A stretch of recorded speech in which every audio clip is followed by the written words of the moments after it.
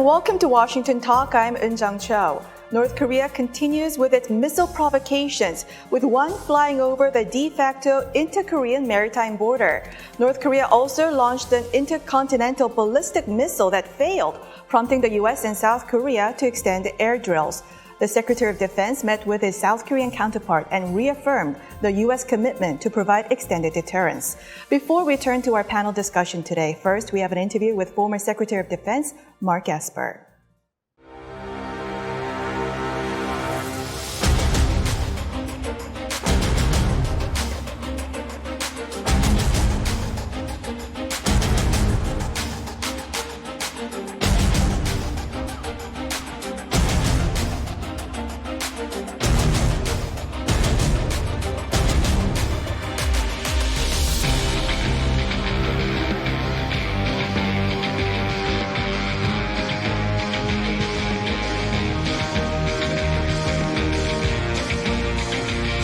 Primarily to make clear to the DPRK that should it go forward with a seventh nuclear test, there would be additional costs and consequences.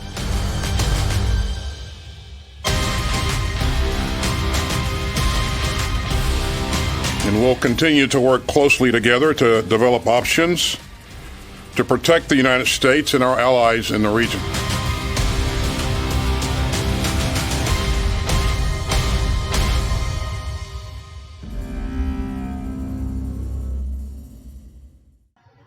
Secretary Esper, welcome to Washington Talk. Thank you. It's great to be with you. Secretary Esper, North Korea has test-fired a record number of missiles this year, and it also test-fired an ICBM recently. Is the level of escalation and tension comparable to 2017, the fire and fury period? It does seem comparable in terms of the amount of missiles being launched and, of course, all the events that followed. And so it compels us to look closely at what's happening and try to understand what is going on in Pyongyang. Right. Secretary, in the U.S.-ROK Security Consultative Meeting Joint Communique, Secretary Lloyd Austin noted any North Korean nuclear attack against the U.S. or its allies or its partners is unacceptable and will result in the end of the Kim regime. It is the first time such wording is included in the SCM document. It was also in the recent nuclear posture review.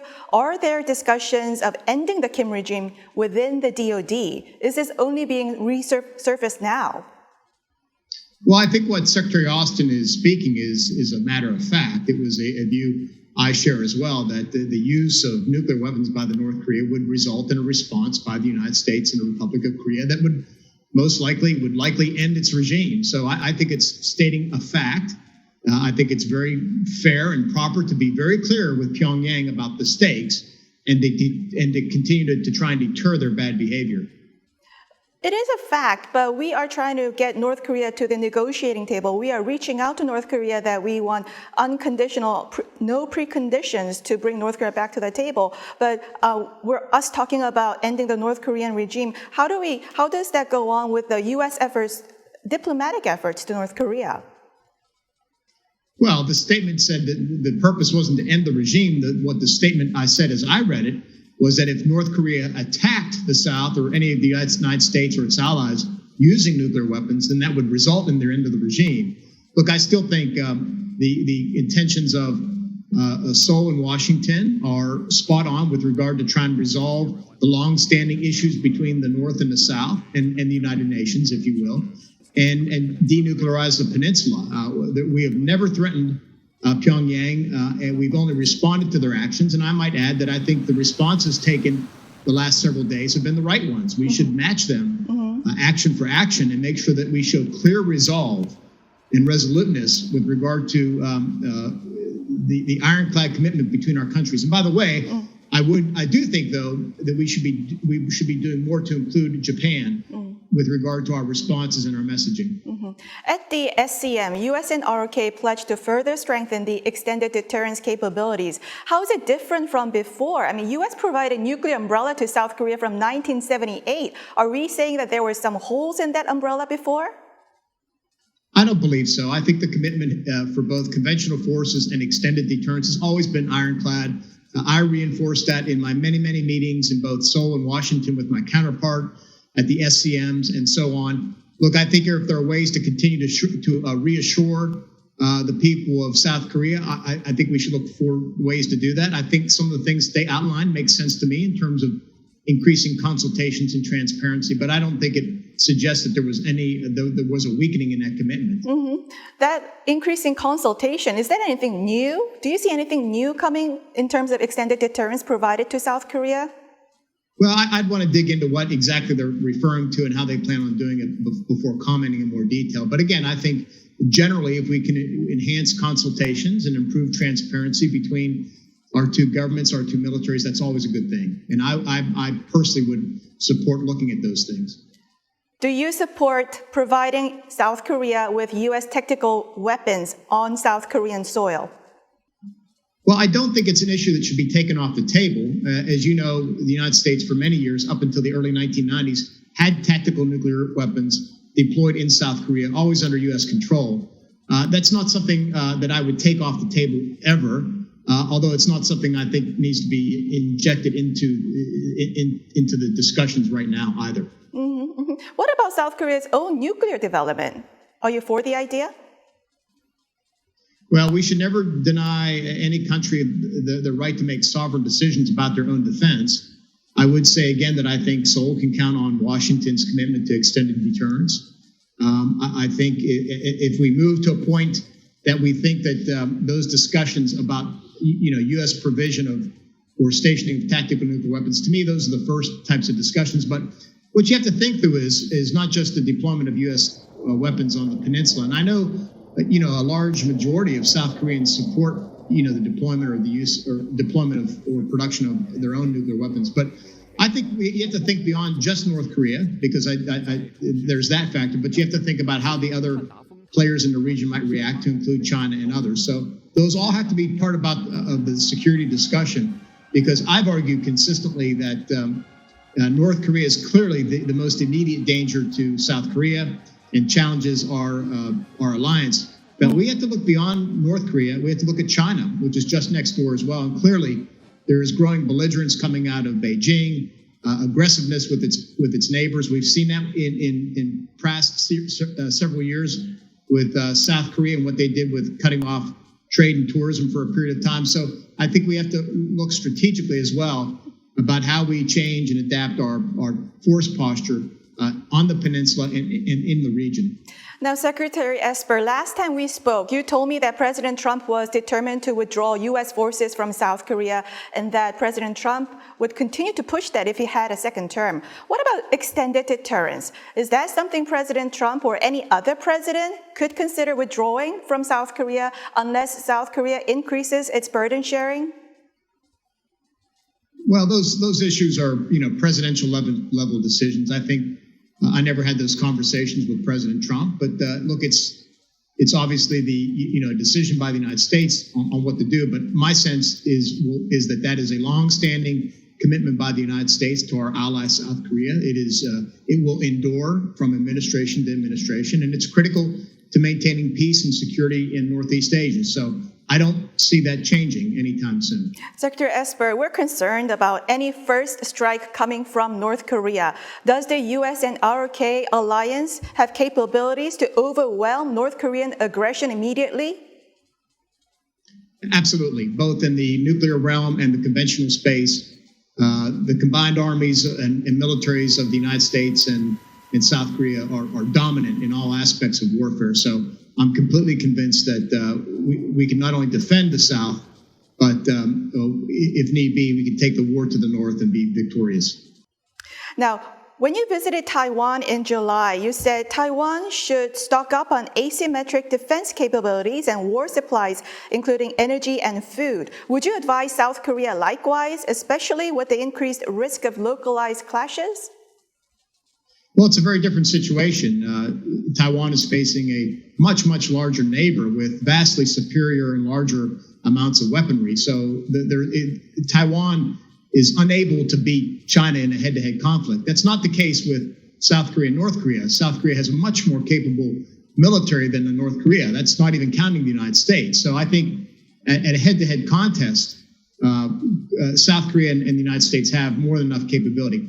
That said, I will continue to argue that South Korea needs to do more, spend more on its own defense, and that it needs to invest in the right capabilities. And those are outlined between the United States and South Korea, what those are. Those are critical to the operational handover control handover, OPCON transfer.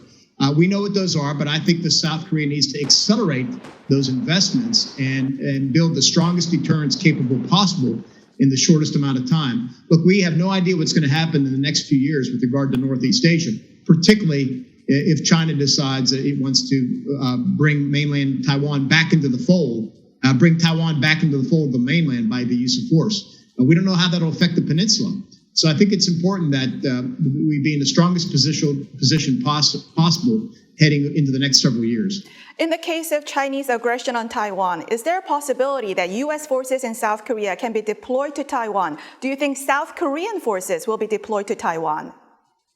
Well, I think it's certainly possible that United States forces could be deployed to Taiwan or to assist in a Taiwan fight.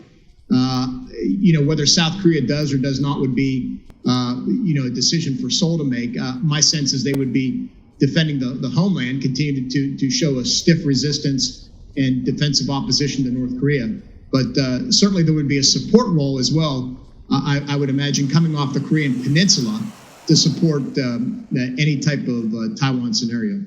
Secretary Esper, thank you very much for your time and insights today. Thank you. And now our panel today, Mr. Dennis Wilder, professor at Georgetown University. Mr. Wilder was Senior Director for East Asian Affairs at the National Security Council during the George W. Bush administration. Mr. Wilder was also CIA's Deputy Assistant Director for East Asia and the Pacific. Also with us today, Mr. Frederick Pleitz, Vice Chair of the Center for American Security at the America First Policy Institute. Mr. Pleitz was the National Security Council Chief of Staff during the Trump administration. Mr. Pleitz was also a CIA intelligence analyst covering WMD proliferation. Welcome to the program. Thank you. Good to be here. Now, as Secretary Esper just noted, tensions are high on the Korean peninsula, and North Korea is saying its missile testings are just rehearsal for using its tactical nuclear weapons. Do you think North Korea is thinking of its nuclear weapons as a practical war tool, not just a deterrent, Professor Wilder? I think we have to be concerned about that. I think, though, what is happening right now is a broader issue. And by that, I mean that the American-led order around the world is under challenge. It's under challenge in the Ukraine from the Russians. It's under challenge in the Taiwan Strait from the Chinese. And I think the adventurism that we're seeing from the North Korean leader at this moment is taking a moment of opportunity to, again, want the world to believe that there is nothing but having a nuclear North Korea. And I think we can't give in to this kind of bullying and provocative actions. Now, Mr. Pleitz, at the Security Consultative Meeting and also at the Nuclear Posture Review, U.S. was very clear that if North Korea uses nuclear weapons against the U.S., against its allies, against its partners, it means the end of the Kim regime. Does this mean that there are some discussions of ending the North Korean regime within the U.S. government? It is only being surfaced now? No, I don't think so. I would agree with my colleague that there is a provocative element here by North Korea, but I think this is something we see periodically by North Korea to attract attention to itself before significant dates on the U.S. calendar. And I think the more than 25 missile launches we saw this week are directly related to the U.S. midterm election. North Korea would like to see negotiations started that it can use to extract concessions. It's done this over and over again. Mm-hmm. But concerning Biden administration on North Korea policy, I frankly don't know what it is. There's a part-time special envoy. When President Moon came to the White House last year, President Biden didn't want to say much about North Korea. The policy has been lacking because the U.S. focus has been on Ukraine, it's been on Iran, it's been on China, it's been on climate change. I think the North Koreans believe that they are not a priority for this administration. I think that is accurate. And I believe in light of these provocations, it's crucial that the administration start high-level talks with North Korea and implement a serious policy to prevent these provocations. But, Mr. Fleitz, there are thoughts that Biden administration's North Korea policy is not that much different from Trump administration North Korea policy. I couldn't agree more. Mr. Biden strongly criticized President Trump's personal diplomacy with Kim Jong-un. As said, he's named a part-time envoy who is also envoy to South Korea. There's been no effort by the Secretary of State to have direct negotiations with North Korea. We remember Mike Pompeo was regularly meeting with the North Koreans. And the reason is that the Biden administration has other priorities and wanted to engage North Korea multilaterally with our allies in the region. Maybe that was a gamble worth trying, but it clearly didn't work. Mr. Fleitz, Ambassador Sung Kim said, over the past 2 years, the U.S. has privately and publicly offered to talk with North Korea without any conditions, but it is North Korea that is not coming to the table. What Yes, can the U.S. do? at a lower level. It's true that Sung Kim, who I think was a fabulous appointment, he's worked in North Korea through Democratic and Republican administrations, one of the most brilliant men on the North Korea issue in the U.S. government. However, I think the North Koreans are looking for a certain level of attention. They appreciate the presidential level of attention. They appreciate the Secretary of State level of attention. I think that's a factor here. Now, Professor Wilder, North Korea is shooting ballistic missile over the northern limit line for the first time since the Korean War. How serious is this? And South Korea responded with air-to-surface guided missile. So are we now at a point where the Inter-Korean Comprehensive Military Agreement is now nullified? And are we at a point where we could see more localized clashes between the two Koreas? I think we're at a very dangerous point, and I think that we can't rule out the fact that the North Koreans, who have in the past sunk a South Korean frigate, done other such things, created incidents along the DMZ, I think that we have to be prepared. I would agree with my colleague that the Biden administration needs to take this even more seriously than it has so far.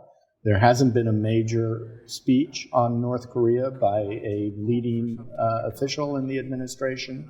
I don't think they've seriously raised this issue with the Chinese. I would hope that when President Biden meets with President Xi in Bali, that he sternly talks to him about this issue and the provocations of the North Koreans. After all, I don't think the Chinese want the North Koreans starting another war on the peninsula. So I think that a lot of work needs to be done. We need to send very strong signals. I was glad to see the signals sent yesterday at the meetings about the fact that it is unacceptable for the North Koreans to even think about using nuclear weapons. But I think the administration can do more. But all the while Trump-Kim summit was underway, North Korea developed its weapons, and now it's testing it while they were only developing it during that summit period. And what gains did we get out of those summits? Well, I think that we have to continue negotiations with the North Koreans in some way, shape, or form. But I think unless you have the Chinese in the game with us, as we did in the six-party talks, it is very difficult to move the North Koreans forward. I think the North Koreans need to know that things could change on the Chinese border. Right now, 90% of what goes into North Korea in terms of aid comes from China.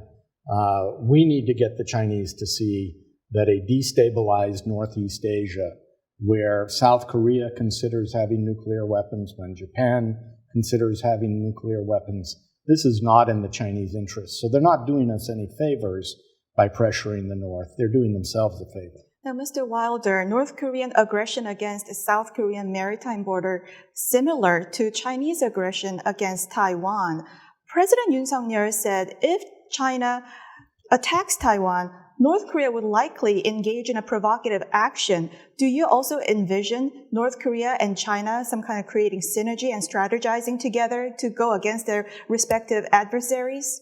I think we need to keep that from happening. I think that this is why engagement of the Chinese leader by the president is so important, because we don't want them to think that they can get away with such a thing.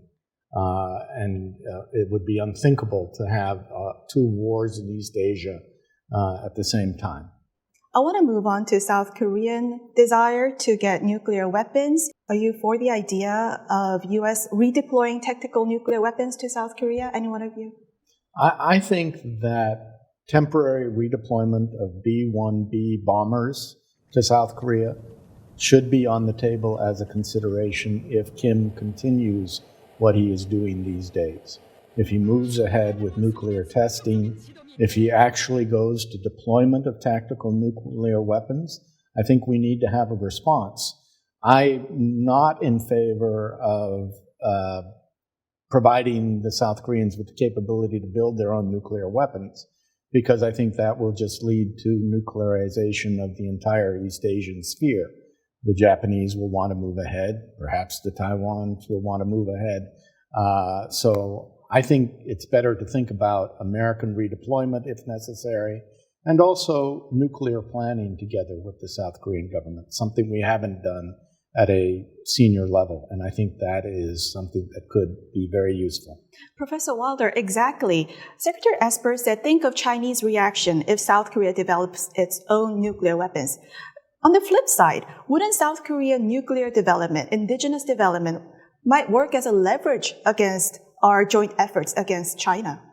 Well, I think that what President Biden ought to say to President Xi is we may be forced to move in the direction of nuclear weapons into South Korea, into helping the South Koreans. Do you really want this? Is this the future that you want for yourself in Northeast Asia? So I think that it's very important to raise these topics, and to raise these topics with the Chinese in a way that says, your national security is now at risk, and do you really want that to happen? Now, Mr. Fleitz, the White House recently said that North Korea supplied artillery shells to Russia. Is North Korea becoming a more important player in the U.S.-Russia rivalry and competition? It is a major complication in the North Korea situation. It's also happening with Iran, that Russia's in trouble, so it's turning to two of the world's most notorious rogue states to help its brutal and illegal invasion of Ukraine. That's going to make it more complicated to negotiate some kind of an agreement with North Korea, if an agreement is possible, to stop the missile tests, to prevent it from testing nuclear weapons. Look, Russia's a great ally for North Korea. It doesn't care about North Korea's human rights record. It doesn't care if North Korea is developing long-range missiles. I don't think the Russians or the Chinese want North Korea to develop nuclear weapons. I think the Chinese really don't want that. They don't want more nuclear tests that could possibly leak radiation that would drift over China. But it is a huge concern, and it sort of represents North Korea going in the wrong direction in terms of bringing into the community of nations, which was the purpose of the Trump administration's negotiations in 2018. Now, before we go, Mr. Fleitz, you are a professional staff member of the House Intelligence Committee, and we're just days before the midterm elections, and North Korea has traditionally been a bipartisan issue. But should there be a change in the congressional landscape, do you think that would somehow impact the administration's North Korea policy? I think there's going to be a Republican House, maybe a Republican Senate, and there's a huge interest by Republicans in Congress, but also by Democrats for a more aggressive and serious U.S. policy in North Korea. I don't fault the Biden administration for putting its focus on Ukraine. This is a disaster that's taken a lot of resources and time. But when you run a foreign policy, you have to be able to juggle a lot of balls in the air. And I think there will be hearings and a lot of pressure on this administration to put forward a more serious policy in North Korea. Thank you very much, and we'll continue our discussion next time. Mr. Fleitz, Professor Wilder, thank you very much for joining us. Thank you for having us. That's all for us today. Have a great week, and we'll see you back here next week with U.S. experts to discuss the two Koreas and the region right here from Washington.